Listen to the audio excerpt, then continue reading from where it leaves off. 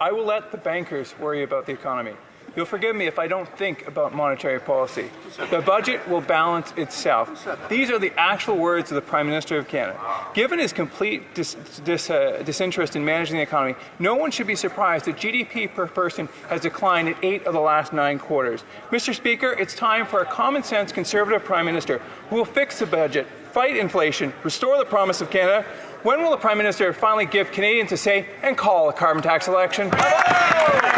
Hey man, it might come sooner than later because Jagmeet doesn't support the GST credit. A working class Canadian voting for these Conservatives would be like a chicken voting for Colonel Sanders, Mr. Speaker. Think about it. We want to build an economy that works for everybody. When we raise taxes on the wealthiest 1% to cut them for 9 million Canadians in the middle class, they oppose those measures. When we stop sending childcare checks to millionaires to put more money in the pockets of 9 out of 10 Canadian families, they voted against it. Now we are proposing to cut taxes on household items that are going to help families and workers in this country. Yet again, they oppose it. I urge my colleague to drop the talking points, get over the stickers and caucus with whatever he's about to read, and get on with supporting households. The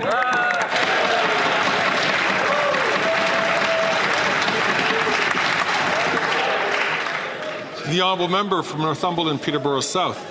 I urge the member to get on with Canadians' business and call a carbon tax election. After 9 years, according to the economists, Canada is now poorer than Alabama, the 4th poorest state in the U.S. While this Liberal government drives our economy further and further in the ditch with excessive taxation and regulation, the Canadian economy falls further and further behind while the American economy roars ahead. When will this government get out of the way and allow us to restore the promise of Canada by calling a carbon tax election? Hey, just a reminder, now would be a great time to smash the like button and subscribe if you haven't yet already. Infrastructure and communities. It is like we are playing bingo here, the number of slogans that are being read off when people can't take their eyes off the sheet. Listen to this, is from an article recently. Conservatives talking about their own leader. If you repeat the slogans, you get rewarded. You are celebrated in front of caucus for being a good cheerleader. The difference between us and them, I don't have to hold... Oh, that's causing some outrage.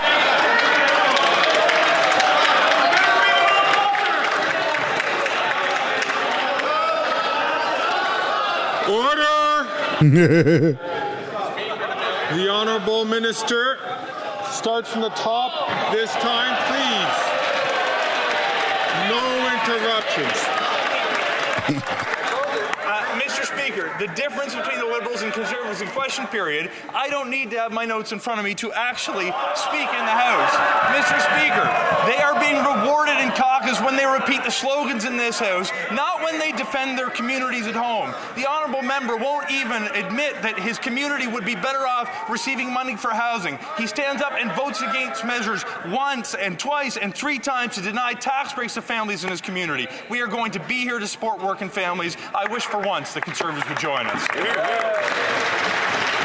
Winnipeg law enforcement is reeling from a violent incident last night where an officer was stabbed in the neck. Thankfully, he's in stable condition, but this is the reality faced by our brave police officers every single day. In fact, in Toronto, 637 police officers have been injured on the job just this year alone. It's no wonder with a 50% rise in violent crime, which is 200,000 additional violent crime incidents each year compared to 2015. When are the Liberals going to finally wake up and support our police and do something about this? Holy smokes. Honourable Minister for Public Safety. Mr. Speaker, that's exactly what our government does. It supports police doing this dangerous and difficult work across the country.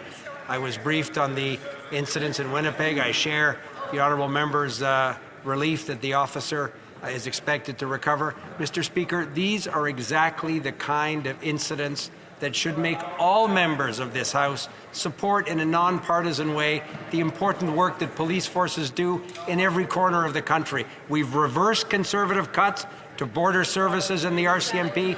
We support local and provincial police, and we'll continue to do exactly that. The honourable member for Kildone and St. Paul. Mr. Speaker, the Liberal government often blames the provincial courts, for example, for the crime wave we're seeing across this country. But of course, the provincial courts are governed by the law, and the Liberals changed the law with Bill C-75, which made bail the default for violent repeat offenders. And the results are clear. 116% increase of gun crime in Canada, 50% increase of violent crime, 200,000 additional violent crime incidents each year since 2015 under their watch, Mr. Speaker. How many more people are going to have to get hurt before they realize it's their policies that have caused all this destruction? The Honourable Minister of Justice and Attorney General. Speaker, a couple of points of clarification. First of all, bail reform was asked for 18 months ago. We delivered bail reform. What we asked for subsequently is we asked for provinces, including that member's province, to provide us with data and information. In fact, the province of Manitoba has supplied us with that information. They are working diligently to improve the number of police officers, to improve the number of crowns, to think about how JPs are trained, and to ensure detention facilities are available to receive individuals. We are not seeing that across the country. We're certainly not seeing that in the province of Ontario. That's where the complementary piece of the administration of justice at the provincial level needs to happen. Yeah, there's something fundamentally wrong with these people. The honourable member from Medicine Hat, Cardston Warner. Mr. Speaker, after 9 years of this Liberal NDP government, crime is up. Soft on crime policies like their catch and release bail failures have led to a 50% increase in violent crime. Last night, a police officer in Winnipeg was stabbed in the throat, but thankfully that officer is in stable condition. However, this situation should never have happened in the first place. Liberals' hug-a-thug approach to crime is making an already dangerous job increasingly unsafe and more challenging. How many more police officers and victims must suffer before these Liberals start prioritizing public safety?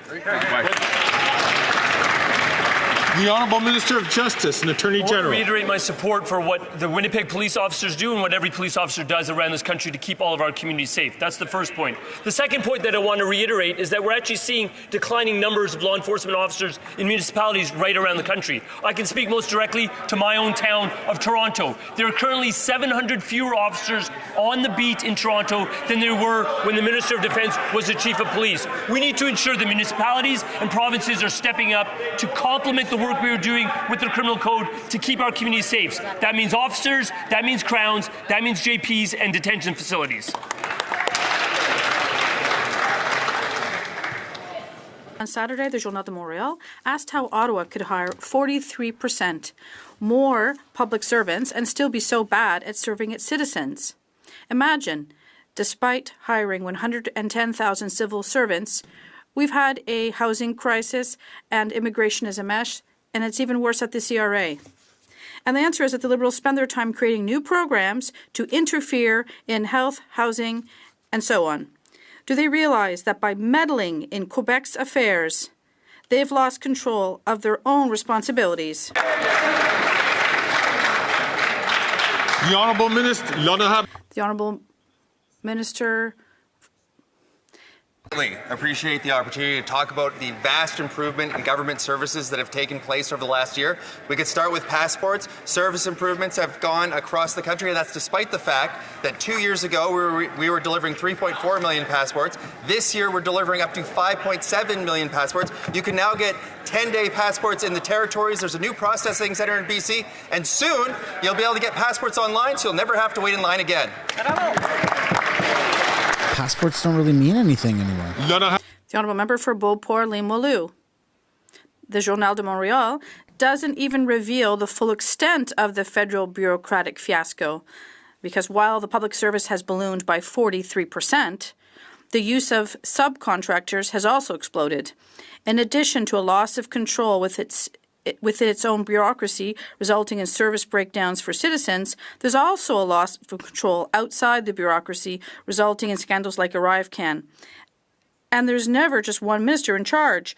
How is it possible to be plunged into a fiasco of this magnitude without anyone being held accountable? The Honourable Minister of Public Services and Procurement. Mr. Speaker, one scandal would obviously forbid the Conservative Party or the Bloc to be opposed to the Canadian dental care plan, because more than 13,000 seniors have received care. And this means several thousand of them were able to go to the dentist for the first time in years. Or other type of dental specialists. No, they voted against. The Conservatives and Bloc voted against these measures, and unfortunately my colleague knows that. The Honourable Member for Poilievre-Jacques-Cartier. Thank you, Mr. Speaker. Over the weekend, the newspaper headlines read, "Nothing's working at the federal government. It's too big, too fat, and too inefficient." We've been saying this for 9 years, and unfortunately this Liberal government is kept in power by the Bloc Québécois, which supports it and voted in favour of its inefficient spending. It's sad to see Canadians tightening their belts while the Bloc Liberals waste taxpayers' money. When will we have an election so that Quebecers can elect a responsible Conservative government? Well, I think we might have one sooner than later. And procurement. The way Jagmeet's been talking. Is really sad to hear my Conservative colleagues from Quebec be muzzled by their leader. They are not allowed to visit hundreds of affording housable units that are being built in their ridings. These are being hidden by their leader. That's what irresponsibility is. They're unable to defend their communities because their Conservative leader has banned them from talking about affordable housing units being built in their own riding. Once again, it shows his incompetency. But this government is abusing its powers and, with its Bloc friends, has managed to stay in power despite a minority government. These two accomplices voted $500 billion in appropriations to waste taxpayers' money. More civil servants and less service. That's the Bloc Liberal coalition. Quebecers have had enough. When will an election be held to choose a real Conservative government that will cut the red tape and the taxes? I hope my colleague understood the question. Wow. The Honourable Minister of Public Services and Procurement. Incompetency, Mr. Speaker. 1, 2, 3, 4, 5, 6 affordable housing units. That's all the Conservative leader was able to build across our country throughout his entire mandate. And that's what incompetency is as a definition. We're talking about hundreds of affordable housing units that are built even in his riding. But the bad news is, Mr. Speaker, is that not only is the Conservative leader saying that these units don't exist, but he wants to stop them from being built. The Honourable Member for Bellechasse and Chemin-Lévis. Here are a few newspaper headlines that appeared over the weekend. End of regime turpitudes. This government is buying time on the backs of taxpayers. Will the Bloc Liberal coalition, which voted twice to keep this government in power, finally understand that it's time to stop feeding this federal bureaucratic monster? The Bloc voted for $500 billion in appropriations. I need a simple answer. When can we have an election so Quebecers can finally choose a common-sense Conservative government, Mr. Speaker? The Honourable Minister of Public Services and Procurement. My colleague, well, does she know the Haute Couture Boulevard in her riding? And there is a housing project to build 100 units in her riding. So when she talks about incompetency, it should be we were looking at her housing, the opposition leader, who says that these units don't exist. The Minister Dranville and others have visited these housing units. When will she invite her leader to go visit them as well? The Honourable Member for Vaughan Woodbridge. Mr. Speaker, small businesses are the backbone of our communities. They are bouncing back from tough times and gearing up to make this holiday season a success. Restaurants and small businesses in Vaughan and across Canada are counting on a busy Christmas season to kickstart a strong new year. Can the Minister of Small Business tell Canadians how our government is helping small businesses and Canadians through the holiday season? With the GST the Honourable credit, that's all I can say. Mr. Speaker, I would like to thank the member from Vaughan Woodbridge for his tireless advocacy. And I'm glad to say that thanks to our government, Canadians across Canada will get a GST tax break from December 14 to February 15. Restaurants Canada indicated that this is a big win for the restaurant industry. It restores some much-needed hope in the industry, and they're optimistic it will translate to increased spending at local restaurants across the country. This could mean a boost of up to 5% or close to $1 billion in additional revenue.